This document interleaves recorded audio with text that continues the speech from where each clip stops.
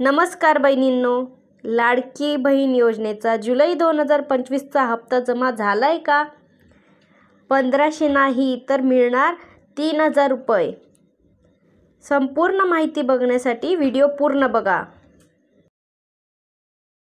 नमस्कार मंडळी, all to everyone या माहितीपूर्ण मराठी चॅनलमध्ये तुमचं मनापासून स्वागत आहे.